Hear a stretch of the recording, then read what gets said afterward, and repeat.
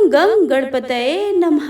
प्रेम से बोलिए गणेश भगवान की जय। आज आषाढ़ मास बुधवार का दिन है और आप सभी रसपान करेंगे। बुधवार के दिन सुनी जाने वाली गणेश भगवान की बहुत ही दुर्लभ एवं पौराणिक व्रत कथा।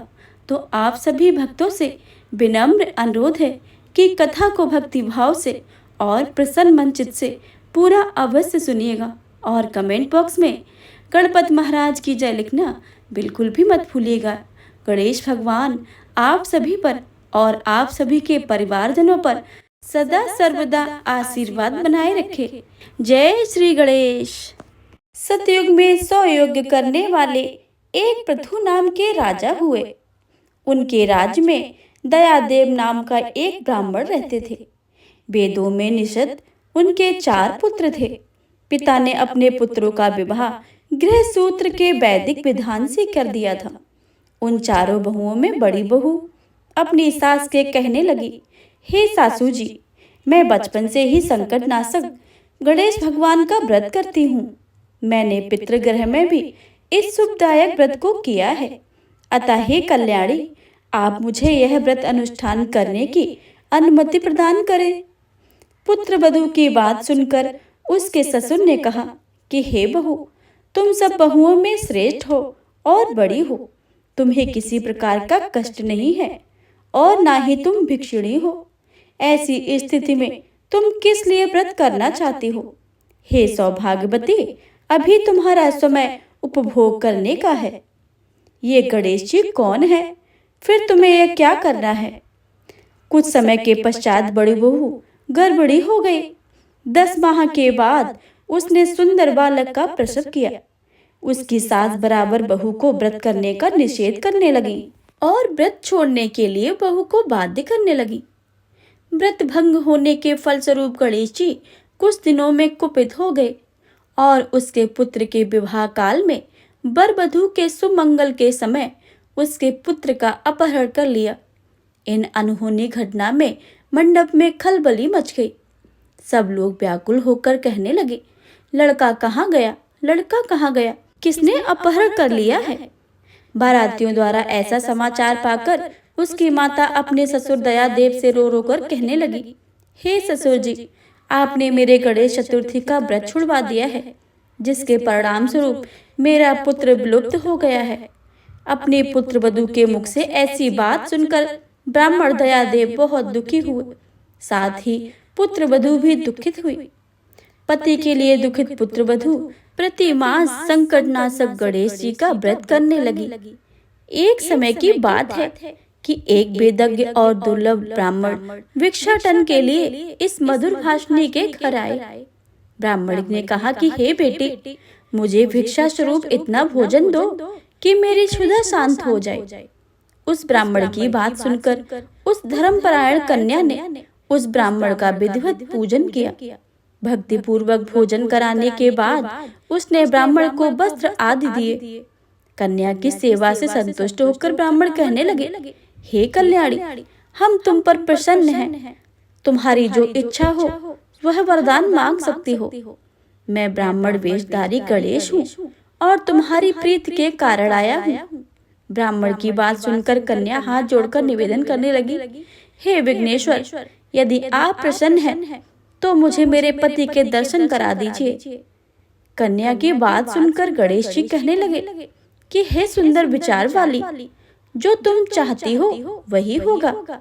तुम्हारा पति शीघ्र ही आएगा। कन्या को इस प्रकार का वरदान देकर गणेश जी वहीं से अंतर्ध्यान हो गए। उसी समय की बात है, सोम शर्मा नामक ब्राह्मण एक वन में से उस बालक को नगर में ले आए।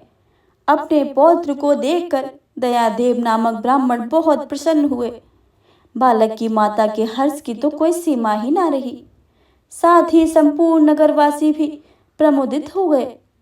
बालक की माता ने पुत्र को छाती से लगा लिया और कहने लगी कि गणेश जी के प्रसाद से मैंने तुम्हें खोए हुए पुत्र को प्राप्त किया है। उसे नए वस्त्र आभूषण से अलंकृत किया गया। दयादेव तो बारंबार सोम शर्मा को प्रणाम करके कहने लगा, हे द्विजराज, आपकी कृपा से मैंने खोए हुए पुत्र को प्राप्त किया है। खोया हुआ बालक घर में आ गया है। सोम शर्मा को स्वादानुसार भोजन करवा के धोती दुपट्टा से विभूषित करके गोदान दिया गया। फिर से मंडप का निर्माण करके विधि पूर्वक वैवाहिक कार्यक्रम संपन्न किया गया। इसमें सभी पुरवासी भी प्रसन्न हुए। वह भाग्यशालीन कन्या अपने पति को पाकर धन्य हो उठी। हे गणेश भगवान, जैसे आपने ब्राह्मण के पुत्र वधू की मनोकामनाओं को पूर्ण किया है, वैसे आप सभी की करना। आपकी कथा को पढ़ने वाले, सुनने वाले, कहने वाले तथा हुंकार भरने वाले सब पर अपनी कृपा को बनाए रखना। तो प्रेम से बोलिए गणेश भगवान की जय। ओम नमः शिवाय। गणेश भगवान की दूसरी कथा के अनुसार एक समय की बात है कि विष्णु भगवान का विवाह लक्ष्मी जी के साथ निश्चित हो गया। विवाह की सारी तैयारी होने लगी। सभी देवताओं को निमंत्रण भेजे गए, परंतु गणेश जी को निमंत्रण नहीं दिया गया। कारण जो भी रहा हो, अब भगवान विष्णु की बारात जाने का समय आ गया। सभी देवता अपनी पत्नियों के साथ विवाह समारोह में आए। उन सब ने देखा कि गणेश जी कहीं दिखाई दे रहे हैं। तब वे आपस में चर्चा करने लगे कि क्या गणेश जी को न्योता नहीं भेजा है या स्वयं गणेश जी नहीं आए हैं। सभी को इस बात पर आश्चर्य होने लगा। तभी सबने विचार किया कि विष्णु भगवान से इसका कारण पूछा जाए। भगवान विष्णु से पूछने पर उन्होंने कहा कि हमने गणेश जी के पिता भोलेनाथ महादेव को न्योता भेजा था। यदि गणेश जी अपने पिता के साथ आना चाहते तो आ जाते। अलग से न्योता देने की कोई आवश्यकता भी नहीं थी। और दूसरी बात यह है कि उनके 1.25 मन मूंग, 1.25 मन चावल, 1.25 मन घी और 1.25 मन लड्डू भोजन दिन भर में चाहिए। यदि गणेश जी नहीं आएंगे तो कोई बात नहीं है। दूसरे के घर जाकर इतना सारा खाना पीना अच्छा भी नहीं लगता है। इतनी वार्ता कर ही रहे थे कि किसी ने सुझाव दिया कि गणेश जी भी आ जाएं तो उनको द्वारपाल बनाकर बैठा देंगे कि आप घर की याद रखना। आप तो चूहे पर बैठकर धीरे धीरे चलोगे तो बारात में बहुत पीछे ही रह जाओगे। यह सुझाव भी सबको पसंद आ गया। तो विष्णु भगवान ने भी अपनी सहमति दे दी। होना क्या था कि इतने में गणेश जी वहां पहुंच गए और उन्हें समझा बुझाकर घर की रखवाली करने में बैठा दिया। बारात चल दी। तब नारद जी ने देखा कि गणेश जी तो दरवाजे पर ही बैठे हुए हैं। तो वे गणेश जी के पास गए और उनके रुकने का कारण पूछा। गणेश जी ने कहने लगे कि विष्णु भगवान ने मेरा बहुत अपमान किया है। नारद जी ने कहा कि आप अपने मूषक सेना को आगे भेज दें तो वह रास्ता खोद देंगे जिससे उनके वाहन धरती में धस जाएंगे। तब आपको सम्मानपूर्वक बुलाना ही पड़ेगा। अब तो गणेश जी ने अपनी मूषक सेना जल्दी से आगे भेज दी और सेना ने जमीन पोली कर दी। जब बारात वहां से निकली तो रथों के पहिए धरती में ही धस गए। लाख कोशिश करें परंतु पहिए नहीं निकल रहे थे। सभी ने अपने उपाय किए परंतु पहिए तो निकले ही नहीं, बल्कि जगह जगह से टूट ही गए। किसी के समझ में नहीं आ रहा था कि अब क्या किया जाए। तब तो नारद जी ने कहा आप लोगों ने गणेश जी का अपमान करके अच्छा नहीं किया है। यदि उन्हें मना लाया जाए तो आपका कार्य सिद्ध हो सकता है और यह संकट भी टल सकता है। भगवान शंकर ने अपने दूत नंदी को भेजा और वे गणेश जी को लेकर आए। गणेश जी का आदर सम्मान के साथ पूजन किया। तब कहीं रथ के पहिए निकले। अब रथ के पहिए निकल तो गए परंतु वे टूट गए थे। तो उन्हें सुधारे कौन? पास के खेत में खाती कर रहा था, उसे बुलाया गया। खाती अपना कार्य करने से पहले श्री गणेशाय नमः कहकर गणेश जी की वंदना मन करने लगा। देखते ही खाती ने सभी पहियों को ठीक कर दिया। तब खाती कहने लगा कि हे देवताओं, आपने सर्वप्रथम गणेश जी को नहीं मनाया होगा और न ही उनका पूजन किया होगा, इसलिए तो आपके साथ यह संकट आया है। हम तो मूर्ख अज्ञानी हैं, फिर भी पहले गणेश जी की पूजा करते हैं, उनका ध्यान करते हैं। आप लोग तो देवतागण हैं, फिर भी आप गणेश जी को कैसे भूल गए? अब आप लोग भगवान श्री गणेश जी की जय जयकार बोल जाएं, तो आपके सभी काम बन जाएंगे और कोई भी संकट भी नहीं आएगा। ऐसा कहते हुए बारात वहां से चल दी और भगवान विष्णु लक्ष्मी माता का साथ विवाह करके संपन्न करके सभी कुशल पूर्वक लौट आए। हे गणेश जी महाराज, आपने विष्णु को जय जयकार हरियो ऐसे कार्य सबके सिद्ध कर जो। बोलिए गजानन भगवान की जय। प्रेम से बोलिए गौरी पुत्र गणेश भगवान की जय। बुधवार व्रत कथा। कथा के अनुसार एक समय की बात है, एक व्यक्ति का विवाह हुए कई वर्ष बीत गए थे। विवाह के बाद उसकी पत्नी एक बार अपने मायके गई हुई थी। पत्नी के मायके में रहने के कई दिनों के बाद उसके पति पत्नी को विदा करवाने के लिए ससुराल पहुंचा। ससुराल में कुछ दिन तक रहने के बाद जब वह पत्नी को मायके से विदा करने की बात अपने सास ससुर से कही, बुधवार का दिन होने के कारण उसके सास ससुर ने कहा कि इस दिन बेटी ससुराल नहीं जा सकती है, इस कारण विदाई नहीं हो सकती है। लेकिन वह व्यक्ति ना माना ही नहीं और अपनी पत्नी को मायके से विदा कराकर अपने घर की तरफ चल दिया। रास्ते में जाते वक्त पत्नी को बहुत तेज से प्यास लगी। तब पति पानी की तलाश में इधर उधर भटकने लगा। काफी देर के बाद जब वह पानी लेकर वापस लौटा तो उसने देखा कि पत्नी के पास उसी की वेशभूषा में कोई अन्य व्यक्ति पत्नी के संग बैठकर बातें करता हुआ दिखाई दिया। दोनों व्यक्ति आपस में लड़ने लगे। पहले व्यक्ति ने गुस्से में दूसरे व्यक्ति से पूछने लगा कि वह कौन है और क्यों मेरी पत्नी के साथ बैठकर बातें कर रहा है। फिर आपस में लड़ने लगे। दूसरे व्यक्ति ने कहा कि यह तो मेरी पत्नी है।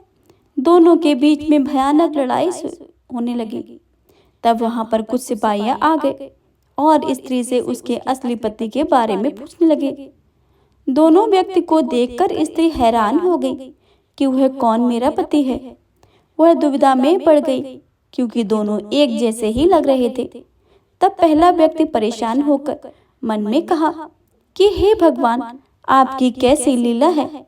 तभी आकाशवाणी हुई कि बुधवार के दिन पत्नी को विदा करवा कर नहीं लाना चाहिए।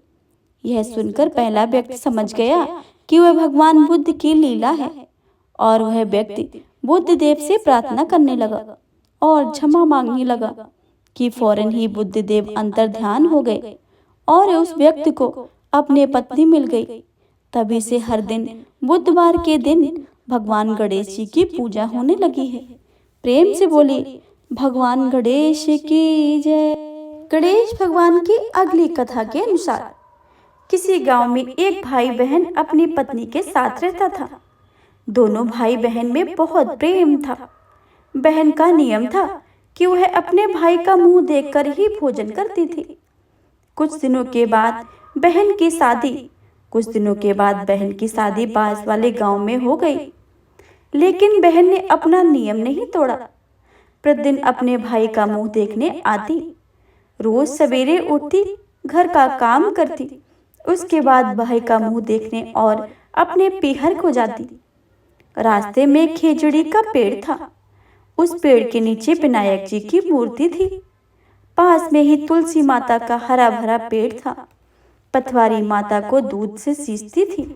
भाई का मुंह देखने जाती और कहती जाती, हे भगवान विनायक, मेरे को अमर सुहाग देना और अमर पीहर देना।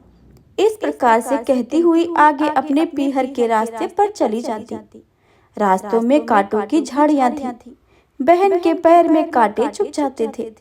पीहर पहुंची, अपने भाई का मुंह देखा और पास में बैठ गई। भाई ने बहन के पैरों से खून निकलते देखा तो पूछा, भाई साहब, आपके पैर में तो जख्म कैसे लगा है, क्या हुआ है? तब बहन बोली, रास्ते में झाड़ियां थी, उसी के कांटे चुभ गए हैं। कुछ देर के बाद बहन अपने घर वापस चली गई। बहन के जाने के बाद नान भाई ने सोचा कि बहन मुझसे मिलने जाती है, रास्ते में झाड़ियां हैं, उसमें कांटे हैं और मेरी बहन के पैर में चुभ जाते हैं। अपनी बहन के घर से और अपने घर तक का रास्ता साफ कर दिया। रास्ते में से विनायक भगवान, तुलसी माता सभी को साफ करके किनारे कर दिया। इससे भगवान क्रोधित हो गए और भाई को हमेशा के लिए सोता छोड़ दिया। प्रातःकाल उठने पर पत्नी पति की अवस्था को देखकर रोने लगी। सभी गांववासी एकत्रित हो गए, लोकाचार करने के लिए ले जाने लगे। तो पत्नी ने कहा कि आप लोग कुछ देर रुक जाइए, मेरी वायसा का प्रतिदिन का नियम है, अपने भाई का मुंह देखने का, वह आती ही होगी। तब गांव वाले कहने लगे, आज तो मुंह देख लेगी, लेकिन कल से क्या करेगी? तब एक वृद्ध ने कहा कि ठीक है, थोड़ी देर देख लेते हैं। उधर बहन हर दिन की तरह सवेरे उठी, घर का काम किया, उसके बाद अपने भाई से मिलने को चल पड़ी। रास्ते में आई तो देखा कि पूरा रास्ता साफ किया है। पेड़ के पास खेजड़ी का डाल दोबारा लगाया, 7 पत्थर लगाकर पथवारी माता बिठाई, विनायक जी की मूर्ति खोजकर दोबारा स्थापित किया, तुलसी जी का पेड़ लगाया। भगवान सूर्यदेव को साक्षी मानकर सबके पांव पकड़कर बोली, हे भगवान, अमर सुहाग देना, अमर पीहर का वास देना। इतना कहकर अपने पीहर की ओर चल दी। उसके जाने के बाद विनायक जी भगवान, खेजड़ी और माता तुलसी पथवारी माता, सूर्य भगवान ने सोचा, यदि इसके नहीं सुनी तो हमें कौन मानेगा। यह सोचकर भगवान ने बहन को आवाज लगाई, बेटी इधर आ। खेजड़ी के 7 पत्तियां तोड़ ली और इसे कच्चे दूध में घोलकर अपने भाई को इसके छींटे देना, वो सही सलामत उठकर बैठ जाएगा। बहन ने मुड़कर देखा, उसे कोई भी दिखाई नहीं दिया, पर उसने मन ही मन सोचा, जैसा सुना है वैसा कर लेती हूँ। खेजड़ी की 7 पत्तियां तोड़कर उसने अपने पल्लू में बांध ली और चल पड़ी। अपने भाई के घर पहुंची तो देखा भाभी रो रही थी। गांव वाले बैठे थे, भाई की लाश रखी थी। वो अपने घर के अंदर गई, कच्चे दूध में खेजड़ी की पत्तियों को घोलकर लेकर आई और उसके छींटे भाई के मुख पर दिए। छींटे लगते ही भाई उठकर बैठ गया, जैसे गहरी नींद से जागा हो। बहन को देखकर बोला, बड़ी गहरी नींद आई थी। बहन ने मन ही मन उसे सभी भगवान को प्रणाम किया और बोली, ऐसी नींद दुश्मन को भी ना आए। फिर अपने भाई से बोली, भाई तुमने रास्ता साफ क्यों किया? भगवान के स्थान को क्यों उठाकर हटाया? मैं आते समय सभी को दोबारा स्थापित करके आई हूँ। भगवान की कृपा से मुझे अमर सुहाग और अमर पीहर का वास मिला है।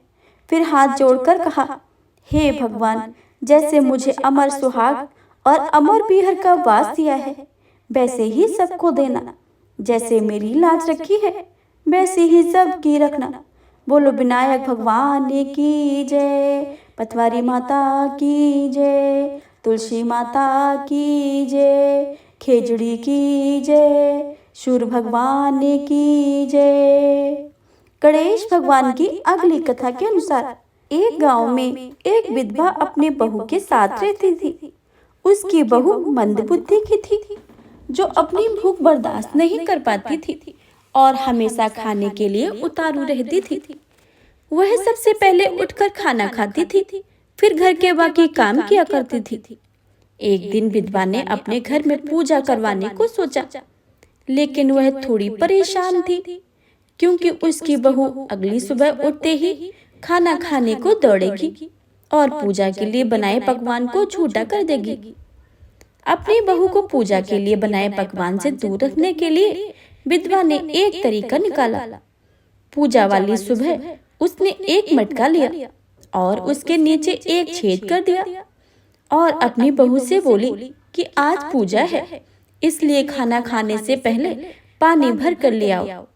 बहू भी बहुत चालाक थी। उसने देख लिया था कि विधवा ने मटके के नीचे छेद कर दिया है, इसलिए अपने साड़ी में आटा बांधकर पनघट पर चली गई और उसने आटा निकाला और कुएं के पानी की मदद से बाटियां बनाने लगी। कुएं के पास ही एक शमशान घाट था। जहाँ चिता जलाई जा रही थी। बहू ने उसकी आंच से अपनी बाटियां सेक ली। उसकी बाटियां सूखी थी तो वह पास में एक गणेश जी का मंदिर में चली गई, जहाँ गणेश जी को अब किसी ने चोला चढ़ाया हुआ था। उसने देखा कि गणेश जी की तोंद में पे घी लगा हुआ है। उसने उस घी को अपनी बाटी पर लगा लिया और उसका भोग गणेश जी को लगाकर वह बाटी खा ली और घर वापस चली आई। बहू की इस हरकत पर गणेश जी बहुत गुस्सा हुए और उन्होंने गुस्से में अपनी नाक पर उंगली चढ़ा ली। जब गांव वालों ने देखा कि गणेश जी ने अपनी नाक के ऊपर उंगली चढ़ा ली है, तो उन्हें मनाने के लिए बहुत ही जद्दोजहद किया गया, लेकिन गणेश जी ने अपनी उंगली वापस नहीं उतारी। जब यह बात राजा को पता चली तो राजा ने बड़े बड़े पंडितों को और ज्योतिषियों को बुलवाया और हवन करवाया, लेकिन गणेश जी फिर भी नहीं माने। सब बहुत चिंतित थे। राजा ने पूरे गांव में ऐलान करवा दिया कि जो भी इंसान गणेश जी की नाक पर उंगली हटाने में सफल होगा, उसे इनाम के तौर पर 5 गांव दिए जाएंगे। गांव के सभी लोगों ने गणेश जी को मनाने में लग गए, लेकिन गणेश जी माने ही नहीं और अपनी उंगली चढ़ाए ही रखे। अंत में विधवा की बहू बोली कि अगर आप सब आज्ञा दें तो वह गणेश जी की उंगली हटा सकती है। उसकी बातों को सुनकर विधवा हंसने लगी और बोली कि जब बड़े बड़े विद्वान कुछ नहीं कर पाए तो तू कैसे गणेश जी को मना पाएगी। किसी ने बोला कि जब सब लोगों को मौका मिला तो उसे भी एक मौका मिलना चाहिए। फिर सभी बहू को मौका देने के लिए मान गए, लेकिन बहू ने एक शर्त रखी। उसने कहा कि उसके घर से लेकर मंदिर तक पर्दा बांधा जाए। जब सब लोगों ने सोचा कि इतना कुछ तो कर ही चुके हैं तो पर्दा बांधने में क्या ही जाता है, बहू के कहे अनुसार उसके घर से लेकर मंदिर तक पर्दा लगाया गया। बहू ने अपना दिमाग लगाया और अपने पेटीकोट में एक मोगरी छिपाकर मंदिर चली गई। मंदिर जाकर उसने गणेश जी से बोला कि मैंने आपकी तोंद से जरा सा घी क्या ले लिया, आपने अपनी नाक पर उंगली चढ़ा ली। अब नाक से उंगली हटा रहे हो या दूं एक मोगरी? अभी के अभी टुकड़े टुकड़े हो जाएंगे। बहू की यह चेतावनी सुनकर गणेश जी थोड़ा डर गए और उन्होंने सोचा कि यह तो पूरी ही पागल है, कहीं सच में इसने मोगरी मार दी। तो गणेश जी ने बिना सोचे समझे अपनी नाक से उंगली हटा ली, जिसे देखकर गांव वाले खुशी हो गए और बहू के जय जयकार करने लगे। राजा के ऐलान के मुताबिक बहू को 5 गांव इनाम में दिए गए। इस कथा को सुनकर गणेश भगवान से लोग यह मांगते हैं कि जैसे आपने बहू की सब बात मानी है, वैसे ही सबकी माने और सबकी मनोकामनाएं पूरी कर दें। तो प्रेम से बोले गणेश भगवान की जय।